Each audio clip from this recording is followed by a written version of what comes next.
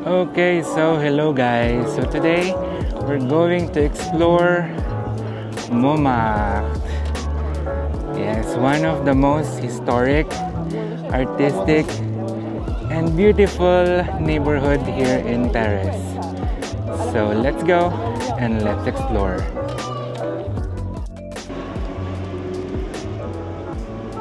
So but first of course, paano ba pumunta sa Montmartre? So since galing ako ng La Défense, sumakay ako ng Line 1, papunta ng Charles de Gaulle Étoile. So from there, take Line 2, direction Nation. Yan. So makita nyo naman yan agad. And then get off to Anvers, makita nyo na Sacré-Cœur. And makita nyo na yung signs, yung exit papunta dun sa Sacré-Cœur Church. So, ayun. Okay, so since Montmartre is famous sa Sacré-Cœur, pupunta tayo doon. There are two options on going up. It's either you can use the funicular or use the stairs. So since ako to, gamitin ko tong funicular. You can use your Navigo to ride the funicular. Saglit lang yan. So let's go. Okay, so doon tayo galing. So nandito na ako sa taas ngayon. Ayun! Yay! So basically, yan yung stairs. Yan yung first option if you wanted to go up. Yan. Ito na tayo sa taas. And this is Sacré-Cœur.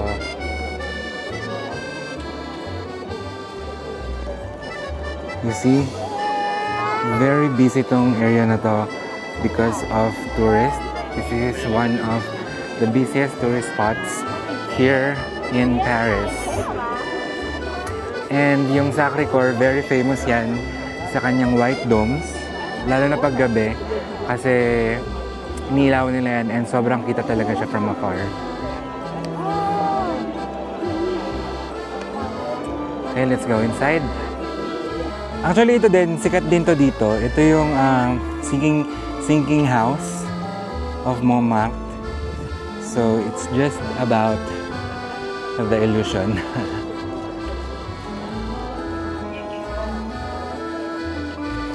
And also in this area pala, doon sa may baba,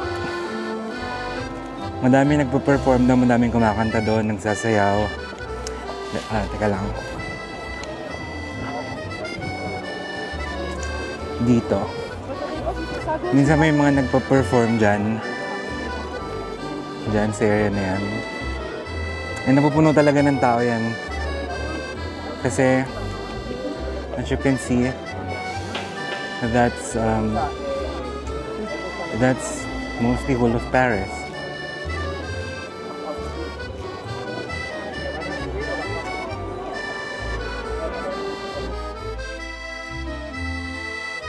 Okay, so guys, ang haba ng pila, grabe. So baka later na lang, maybe.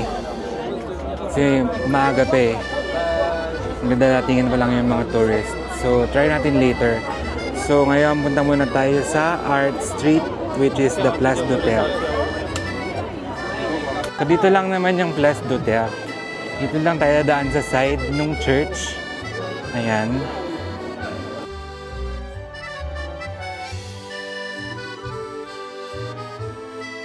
Okay, so here's Place d'Hôtel.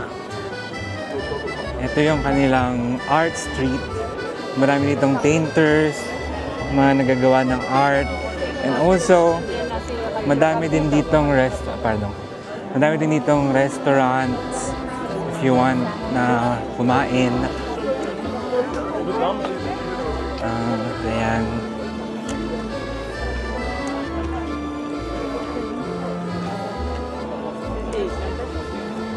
Kasi dito sa Montmartre, madami ditong famous artist na nagtira like Picasso, Van Gogh, Renoir. So most of their arts are inspired by here at Montmartre. Madaming artist dito, swear. So pwede kayo dito magpagawa ng art. Pwede kayo magpa-paint if you want. I don't know the price though, pero one time nagpagawa yung sister ko dito, 20 euro yata yun. So, ayun. Ayan sila.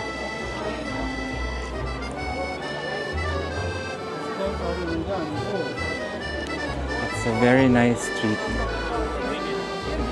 Actually, one of my favorite places here in Paris is Montmartre.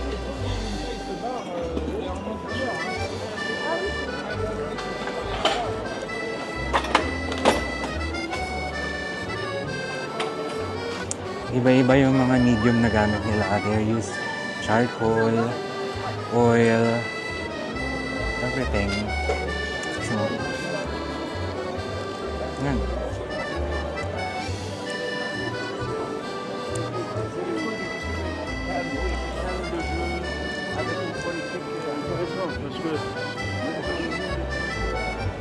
Daan tayo nagpapagawa.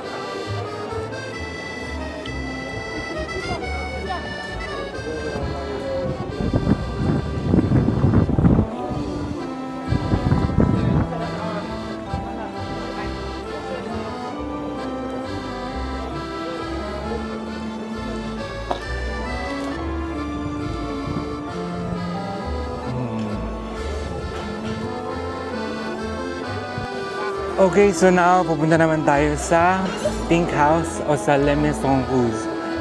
Dito lang din yun. It's just 3 minutes walk from Place d'Autel. It's at Rue Le Beauvoir.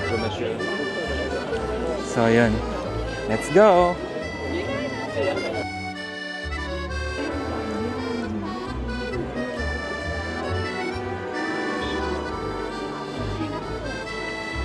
Oh, ik weet nog zo.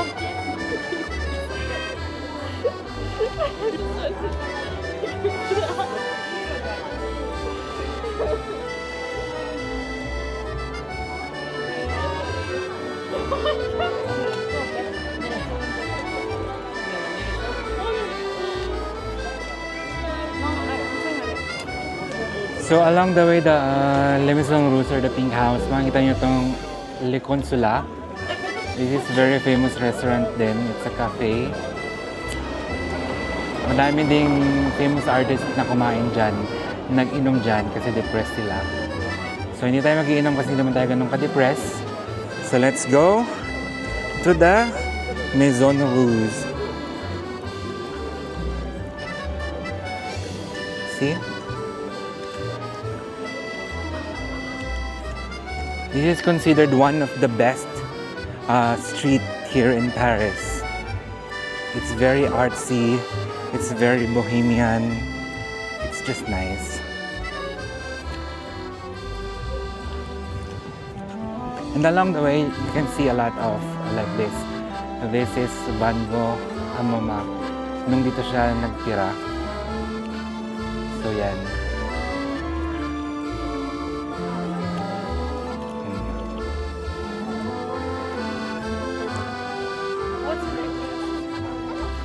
So, ayun na yung Les Maisons Rouges. It's basically pink. Ayan. Restaurant din yan siya.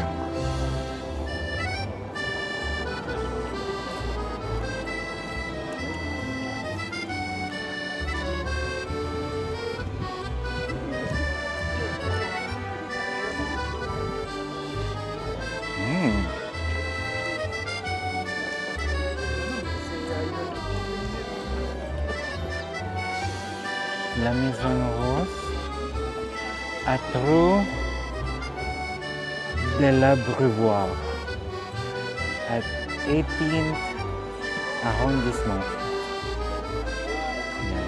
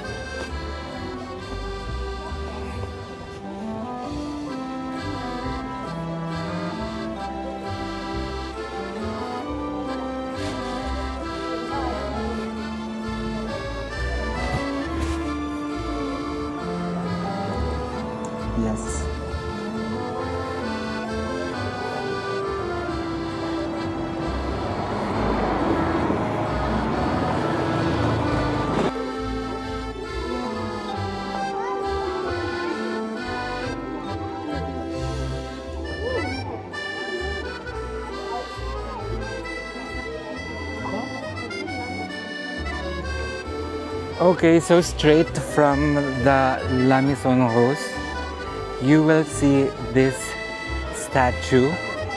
This is a famous singer daw. And sabi nila, when you touch the breast, it will bring luck. So, hawakan natin yung breast. Sorry.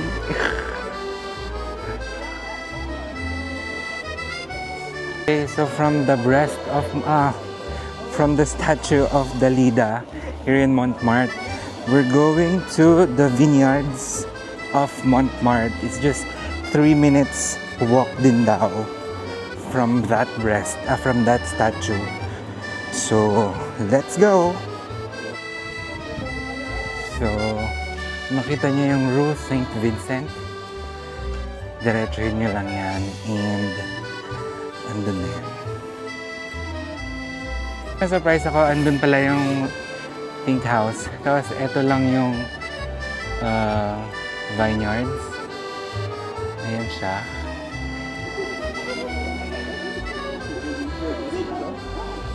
Il était agressé, il a vu ce qui se passe.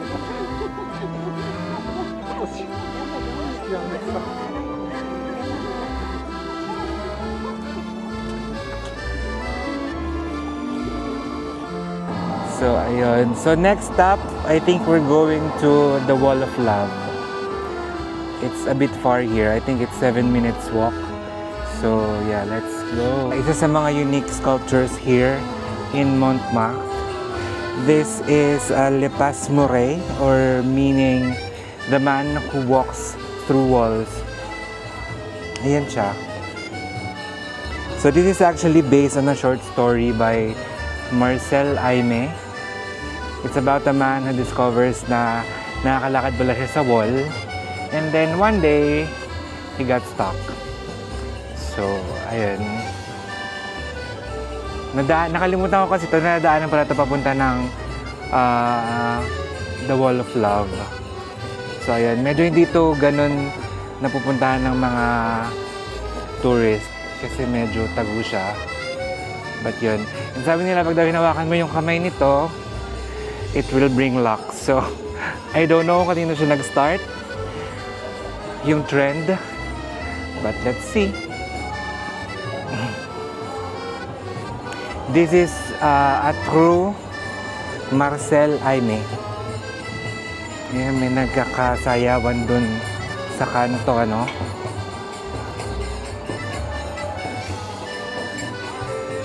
Pag nilakad mo yung way na yan, yung pupuntahan ng tatlong tao na yan, diretso niyan is yung Le Consulat na restaurant kanina. And dito, tayo dadaan, papunta ng Wall of Love. Ayun. And this is also famous here in Montmartre. This is an old windmill, but it's not the Moulin Rouge. This is just old windmill in front of or inside of the district.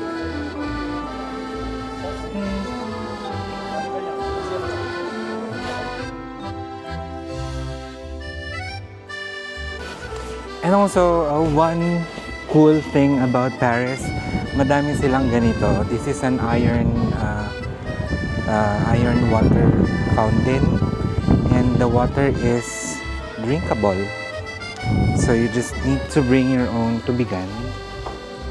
Press it like that, and it will pump. Where? It will pump the water. Nawala yung video. Yan. So that's Eau de Paris. So yan, pababa tayo dito. And also guys, pag nagpunta kayo dito, be ready kasi pataas yung area and medyo mahirap maglakad. So wear something comfortable.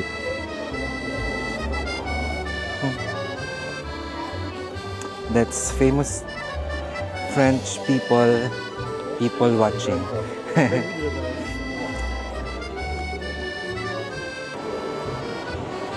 And here wala na yung Merd shop. This is Merd shop. Sarado na siya. Merd. Ayan.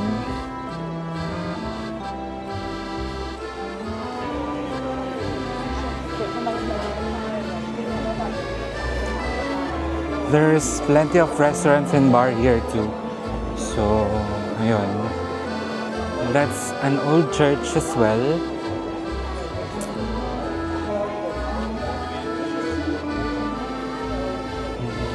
Marami ding nangyayari sa area na to.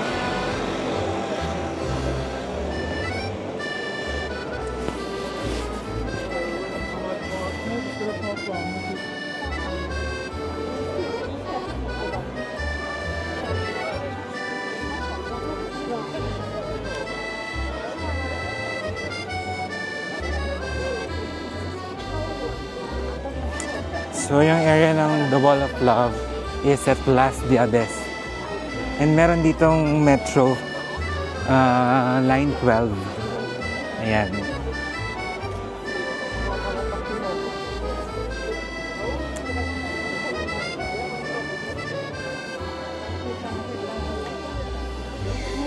Oh, meron ng barricade that they can take pictures from it, from that area, from inside. Pero ngayon meron ng barikada.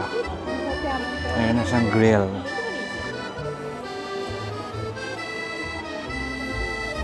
Ngayon natakpan pa yung iniibig kita. See? Ayan siya.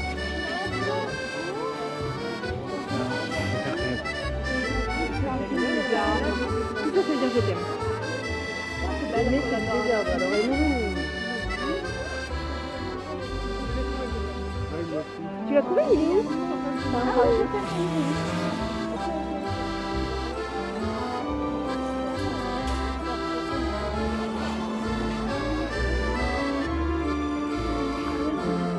Sorry guys, hindi kita yung iniibig kita.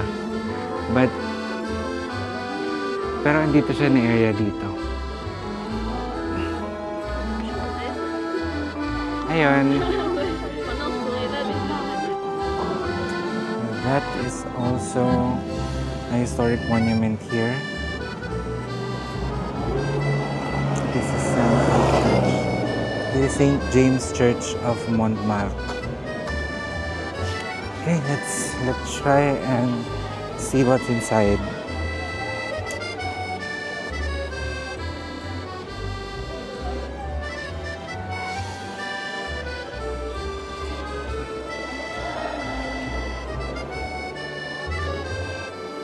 May binyag sa kanyang reception niya.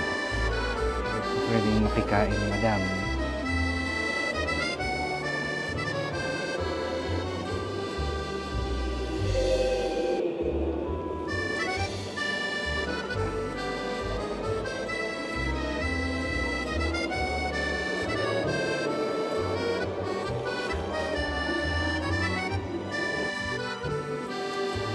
Sobrang luma na ng church.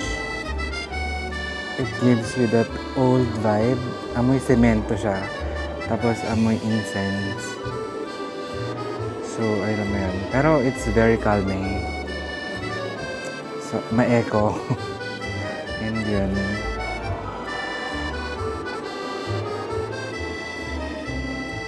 Okay, so let's go. We're going to Rue des Martyrs. We're gonna look for a coffee shop. Mag-coffee tayo.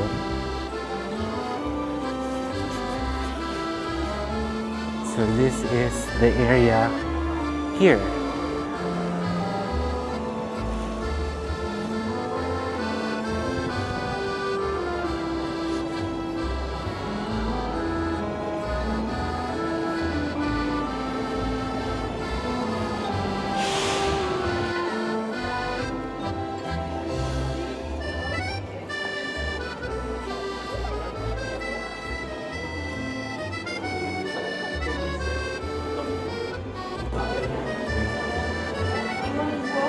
Yeah, please. Please. I'll check. So I ended up here at Pampa. Pumili lang ako ng quiche. And we'll look for dessert. I think I'm having that Mont Blanc for dessert.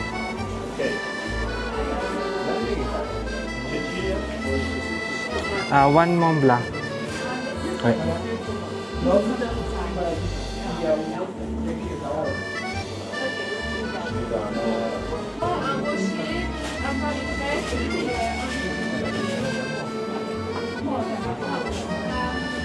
So I'm gonna wait my quiche here. Here's my Mont Blanc. And yeah.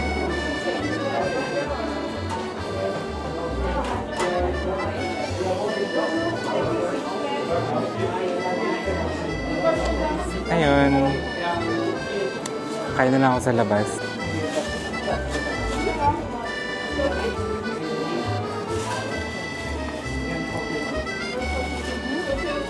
I have my merienda. Maghanap na lang ako ng kakainan ko. Ako ng park or sa gilid-gilid ganyan. Itong area na to, madami ditong mga shops na mga specialty shops. Mga bilihan ng mga kung ano-ano, mga antiques, mga ukay-ukay, or they call it thrift shops. So, dito yan.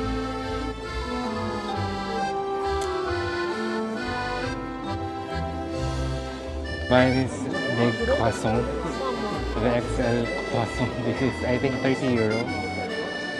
This is at Philip Conticini. That's a big one. See?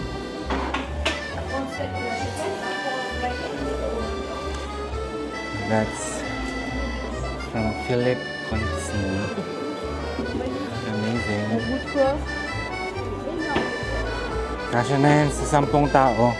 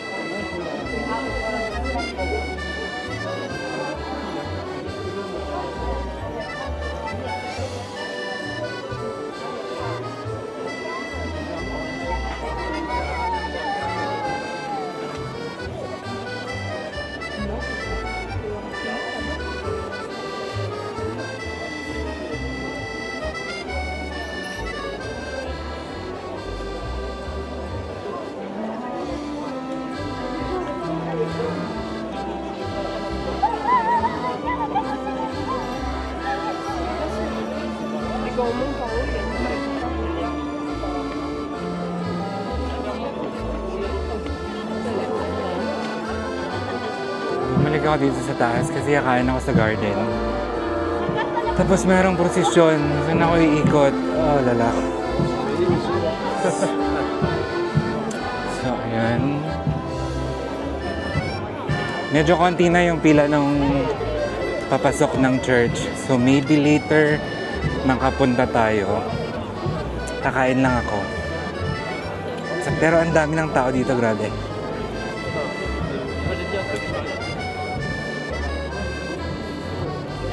Merong prosesyon ng Hermanidad Señor de los Milagros. So, ayan. Okay, so umikot ako sa kabilang way. Supposedly, it's on the left side ng church. But I go to the right side. So, I think we can bypass yung traffic. So, but I hope may daan dito, pero hindi ko kasi sure. Kasi usually dun ako dumadaan.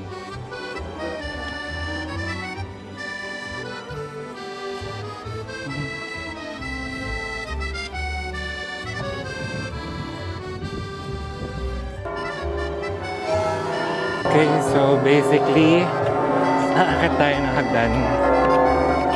the bell is ringing. It's 3 p.m. now.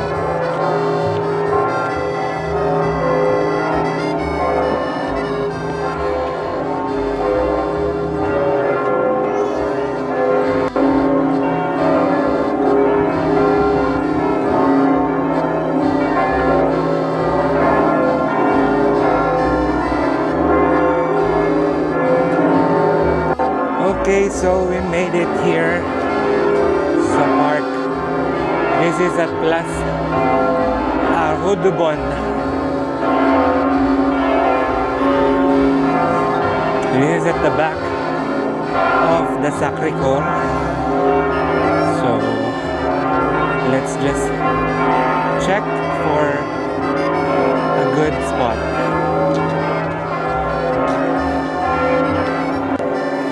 So we're here. So kakain tayo.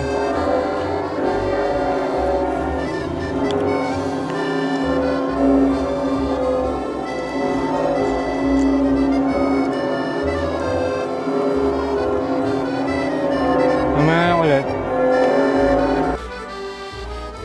Masarap yung quiche nila. So again, I bought it in Pangma or Pain sa may Rue des Martyrs.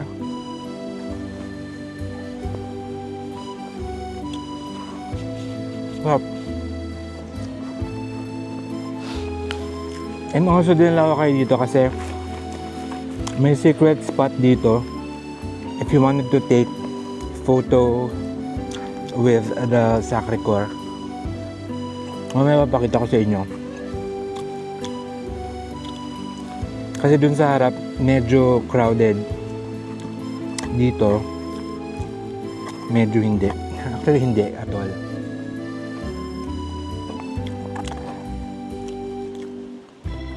Up.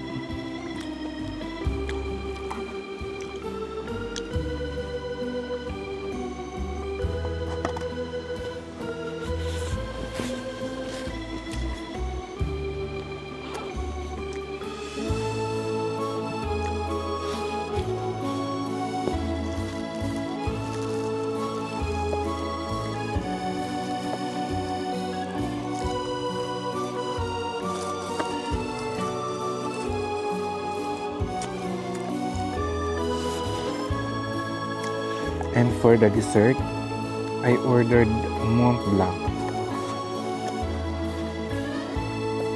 Ano ba?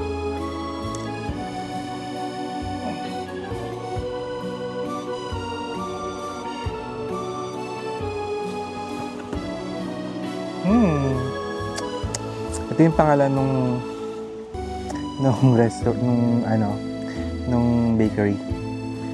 Pain or Papa.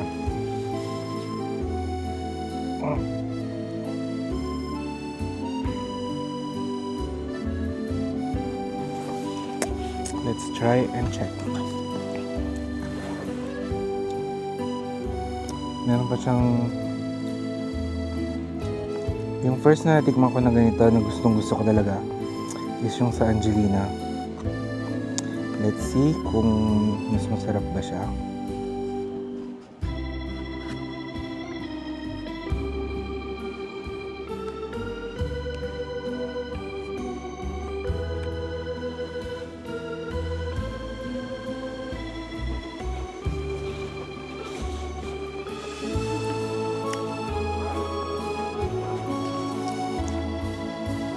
Ito pa.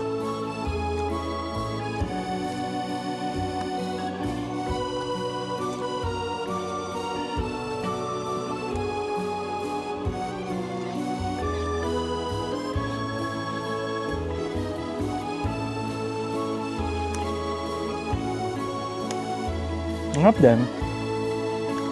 Pero doon medyo matamis. Medyo commercial yung flavor. Yung sa Angelina, medyo nasa sophisticated side. Pero para sa masarap.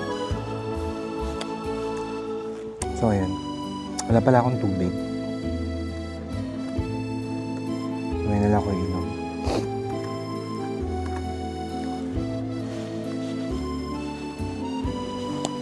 Hanggang ulit. Okay, so dyan ako nakaupo kanina. And this is what I'm telling you.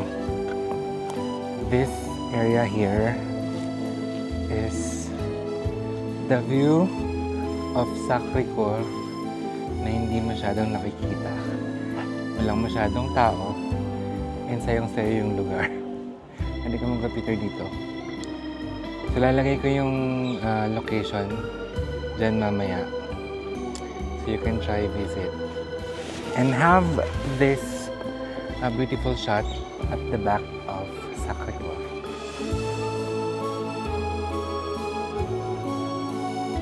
This is Sacré-Cœur.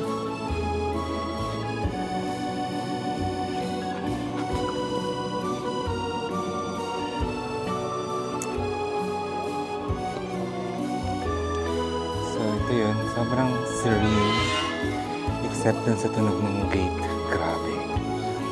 Tapos meron din ditong public toilet. Baka naiihi kayo. Ayan, that's the back of Sacré-Cœur.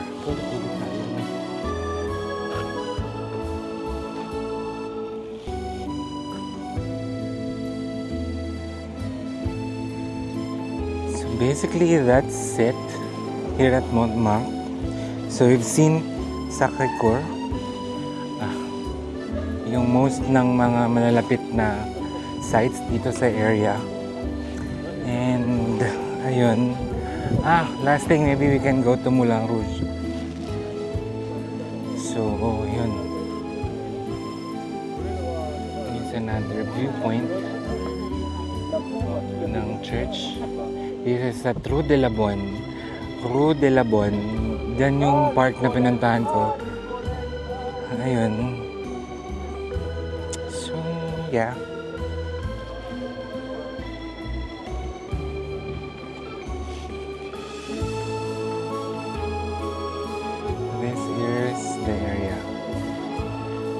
So again, pataas, madaming nilalakad dito sa area ng Montmartre. So, kailangan ng comfortable na shoes.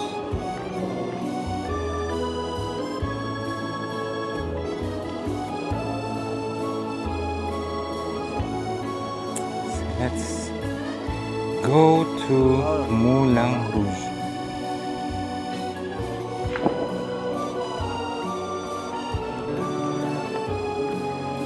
Okay, so here at Rue Cartot, along the way going to Moulin Rouge, andito yung Musée du Montmartre. Ay, nakakahingal pa akyat eh. So let's check. Andun ulit yung yung pink house. Okay, so this is the Musée de Montmartre. So here, andito yung art room ni Suzanne Valandon. Siya yung pinakaunang babae or first woman painter na naging accredited sa Société Générale Beaux-Arts or yung National Society of Fine Arts dito sa Paris. Kasi nung time na yon, mostly mga lalaki lang yung nakapasok doon. Siya yung pinakaunang babae na na-accredit doon sa Society ng Fine Arts at that time. So hindi na ako papasok. Nakwento ko naman na din yung gusto ko sabihin. So ayun, dito lang yun siya. So ito pa rin yung yung rue na maganda. Ang nahirap sabihin kasi. Hindi pala, Rue Carnot pala to. And then, Rue de l'Abreuvoir. Yung doon sa may pink house. Doon kasi tayo dadaan papunta ng Moulin Rouge. And usually, last part na yung Moulin Rouge kasi sa labas na siya. Kasi ang dami pa ding tao at this hour. Kasi yung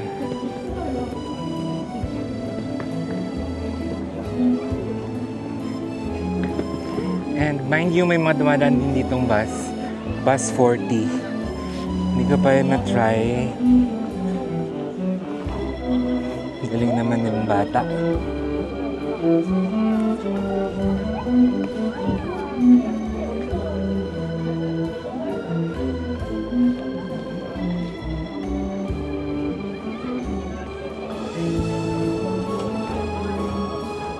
Yung nagpipictorial, oh.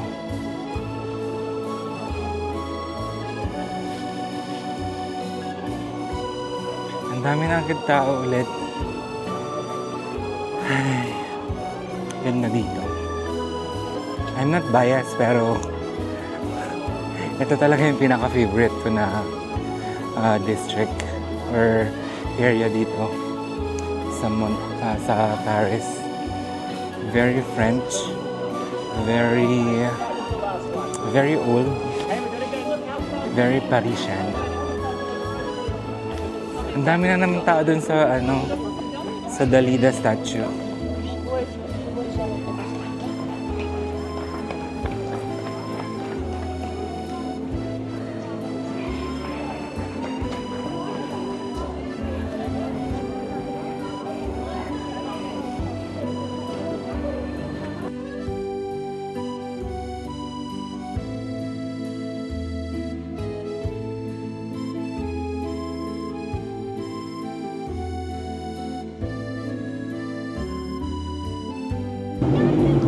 So this is the Moulin Rouge.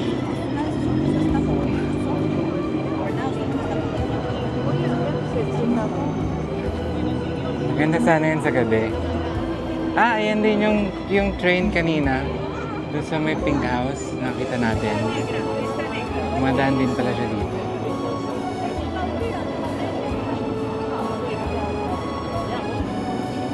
Medyo expensive kasi yan, parang 180 per head. So it's a cabaret. May nagsasayaw sa lamesa nyo. Pero it's art, hindi yung sayaw na gogo. And this is the area here. Dami ding tao. So that's Moulin Rouge from afar. And you know what? Itong street na to, itong street na yon, pag dinadiretso mo na yan, papunta na yan ng opera. So that's my next vlog, maybe pag sinipag ako. Pero right now, I think I'm ending my vlog kasi I think most of the tourist sites here in the 18th arrondissement ipakita ko naman sa inyo. So I hope you guys enjoy and I hope you like and subscribe on my vlog and keep on watching, guys. Thank you very much for watching. Bye.